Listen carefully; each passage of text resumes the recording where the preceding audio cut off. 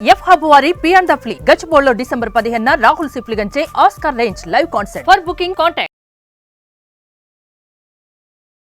మనం ఒక important case గురించి మాట్లాడదాం. YS Rajasekhara Reddy chopper accident. అసలు నిజంగా దీని వెనక కుట్ర ఉందా, లేదంటే ఇది యాక్సిడెంటేనా? చిత్తూరు జిల్లాలో రచ్చబండ కార్యక్రమానికి వెళుతున్నారు. కర్నూలు ఈ ప్రాంతంలో కూడా విపరీతమైన వరద వచ్చింది. కానీ నేను నిర్ణయించిన రోజున అక్కడికి వెళ్ళాలి. బయలుదేరినప్పుడు బాగానే టేక్ ఆఫ్ అది జరిగింది. ఆ తర్వాత ఏంటంటే ఈ క్లౌడ్స్ అన్నవి చాలా విపరీతంగా వచ్చాయి. ఆ మేఘాల్లో ఈ హెలికాప్టర్ ప్రయాణం. సపోజ్ ఏదైనా వస్తువు ఆ క్లౌడ్స్ లోకి వెళితే అవి కిందికి నొక్కేసే ప్రయత్నం చేస్తాయి. ఆయిల్ లీకేజ్ అవుతున్నట్టు ఒక వార్నింగ్ వచ్చింది. గో అరౌండ్ అని నేను అన్నాను. క్యా అని నేను అంటున్నాడు, అంతలోనే క్రాష్ సౌండ్ వస్తుంది. గూగుల్ మ్యాప్స్ చూస్తే ఒక పర్టికులర్ ఏరియాలో కొంత కాలిపోయినట్టు కనిపించింది. అప్పుడు చాలా రకరకాల ఆరోపణలు వచ్చాయి. హత్య చేశారని, వెనక కుట్ర ఉందని. యాక్సిడెంట్ అయిన పార్ట్స్ ఏవైతే ఉంటాయో వాటి మీద జరిగిన చేంజెస్ ఏవైతే ఉంటాయో, మార్పులు ఏవైతే, దాన్ని బట్టి ఫైనల్ కన్క్లూషన్ మేము తెచ్చిందంటే ఆ వెనకాల ఫ్యాన్ వెళ్ళి ఫస్ట్ ఒక చెట్టు కొట్టింది. అప్పట్లో కొన్ని వార్తలు కూడా వచ్చాయి. రాజశేఖర రెడ్డి గారు ప్లాన్ ఇచ్చారు. ఆ టైంలో ఆయనకు తెలియదు అసలు.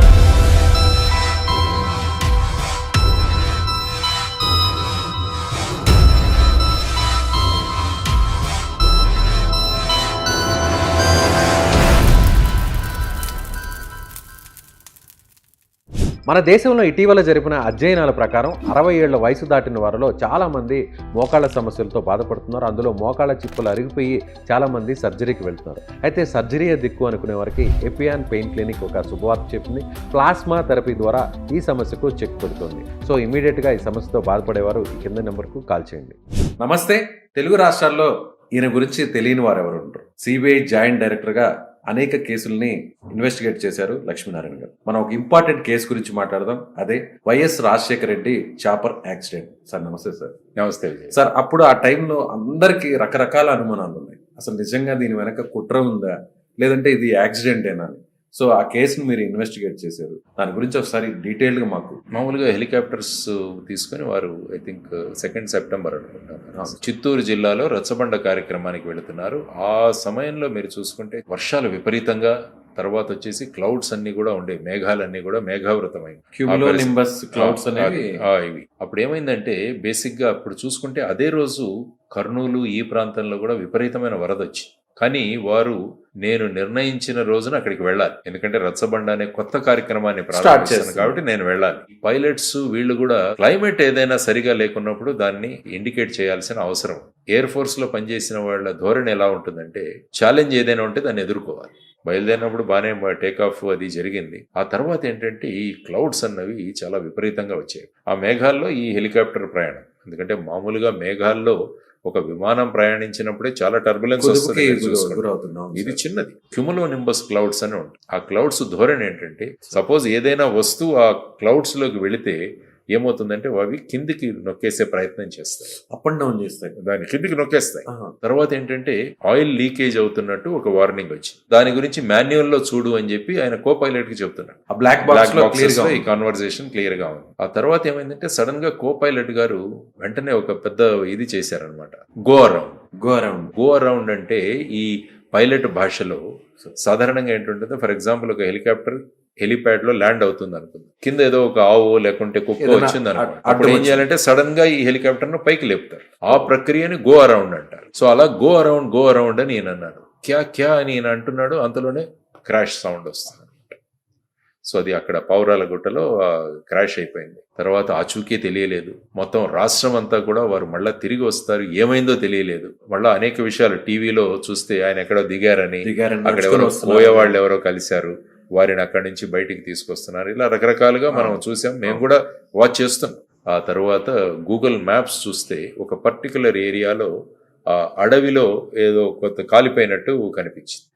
అప్పుడు ఇక్కడ నుంచి ఒక హెలికాప్టర్ తీసుకొని ఐ థింక్ రాజీవ్ త్రివేది గారు ఉండేవారు అనుకుంటారు దీంట్లో, గ్రే హౌండ్స్, వీళ్ళందరూ అక్కడికి దిగి ఆ స్పాట్ లోకి తీస్తే వీళ్ళందరూ కూడా అక్కడ హెలికాప్టర్ లో ఉన్న వాళ్ళందరూ కూడా క్రాష్ అయింది. అందులో రాజశేఖర రెడ్డి గారు, తర్వాత భాటియా గారు, ఎంఎస్ రెడ్డి గారు, తర్వాత వాళ్ళ పర్సనల్ సెక్యూరిటీ ఆఫీసర్ ఆయన వెస్లీ అనుకుంటారు ఆయన, తర్వాత సెక్రటరీ సుబ్రహ్మణ్యం గారు, వీరందరూ కూడా అక్కడ ఆన్ ది స్పాట్ ఆ విధంగా చేశారు. It's very unfortunate incident. అప్పుడు చాలా రకరకాల ఆరోపణలు వచ్చాయి. అంటే కావాలని హత్య చేశారని, కుట్ర ఉందని, వాళ్ళిద్దరి మధ్య జరిగినటువంటి సంభాషణలో కూడా రకరకాల అనుమానాలు ఉన్నాయని, దీని వెనక వేరే సంస్థలు ఉన్నాయని, ఇలా రకరకాలు జరిగాయి. అవన్నీ సార్ ఆ టైంలో మీరు ఆ కేసుని టేకప్ ఆ చేశారు. ఇన్వెస్టిగేషన్ లో మనం ఏంటంటే బేసిక్ గా ఫస్ట్ ఆఫ్ ఆల్ హెలికాప్టర్ అంటే ఏంటి, హెలికాప్టర్ ఏవియేషన్ ఎట్లుంటుంది, ఇవన్నీ కూడా హెలికాప్టర్ కార్పొరేషన్ ఆఫ్ ఇండియా అని తమిళనాడులో చెన్నైలో ఒక సంస్థ ఉంది. సో ఆ సంస్థ దగ్గరికి వెళ్ళాం. ఆ తర్వాత వచ్చేసి ఇక్కడ ఏటీసీకి వెళ్ళాం, air traffic control Hyderabad. Weather department కూడా వెళ్ళాం. సో మొత్తం రీసెర్చ్ చేశారు. అన్ని ప్రతి విషయం ఇందులో ఏంటంటే సుమారుగా 4 సంస్థలు ఇన్వెస్టిగేట్ చేసి, సిబిఐ, మేము DGCA, directorate general of civil aviation వాళ్ళు, ఆ తర్వాత వచ్చేసి మనకు బెంగళూరులో ఒక సంస్థ, వాళ్ళు ఏంటంటే ఈ విధంగా యాక్సిడెంట్ అయిన పార్ట్స్ ఏవైతే ఉంటాయో వాటి మీద జరిగిన చేంజెస్ ఏవైతే ఉంటాయో, మార్పులు ఏవైతే, దాన్ని బట్టి దీని మీద ఎంత ప్రెషర్ ఉంది అన్నదాన్ని కూడా నిర్ణయిస్తారు. ఇంకొకటి వచ్చేసి మెడికల్ టీమ్, అంటే వీళ్ళందరికీ మీద జరిగిన పోస్ట్ మార్టం. ఇలా 4-5 సంస్థలు చేసిన రిపోర్ట్స్ అన్ని తీసుకొని వచ్చిన ప్రతి యాంగిల్ ని కూడా ఇన్వెస్టిగేట్ చేశాం. మీరు అన్నట్టు కుట్రకోణం ఏవో సంస్థలు చేయించాయి. ఫైనల్ కన్క్లూషన్ మేము తెచ్చింది ఏంటంటే అది because of it's a purely an accident. Basic గా అక్కడ ఏమేంటంటే టెయిల్ ఫ్యాన్ ఒకటి ఉంటుంది, మెయిన్ రోటర్ ఒకటి ఉంటుంది, వెనకాల ఒక ఫ్యాన్ ఉంటుంది. ఆ వెనకాల ఫ్యాన్ వెళ్ళి ఫస్ట్ ఒక చెట్టు కొట్టుకుంది. అందులో అక్కడ చెట్లు కూడా హైట్ గా ఉన్నాయి, ఎందుకంటే పౌరాలగుట్లో చూస్తే చాలా హైట్.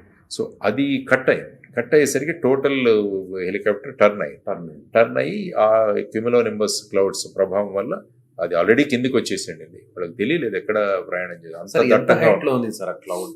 ఐ థింక్ వాళ్ళకు నిర్ధారించిన దగ్గర నుంచి ఇది సుమారుగా 25 అడుగులకు వచ్చేసింది. ఈ లీకేజ్ లేకుండా ఉంటే, ఒకవేళ యాక్సిడెంట్ జరగకుండా ఉంటే, అంటే ఏంటంటే అక్కడ చూస్తే ఒక కాన్సన్ట్రేషన్, వీళ్ళిద్దరు పైలట్ కో పైలట్ మధ్య చర్చ దీని గురించి మొదలైంది. త్వరగా అది కిందికి వస్తుందో అన్న అంచనా వేయలేకపోయారామో అన్నది ఒకటి. అంటే మీరు అన్నట్లు గో అరౌండ్ అనేటువంటి మాట అన్నారు కదా, అప్పటికి చెట్లు కనిపిస్తున్నాయి వాళ్ళకి చెట్లు కనిపిస్తున్నాయి. అంటే ఎక్కడో మనం దిగిపోతున్నాం, చాలా కిందికి వచ్చేసాం కాబట్టి అప్పుడు ఆయన ఎంఎస్ రెడ్డి గారు గో అరౌండ్ అన్నారు, కానీ అప్పటికే almost they are in the forest.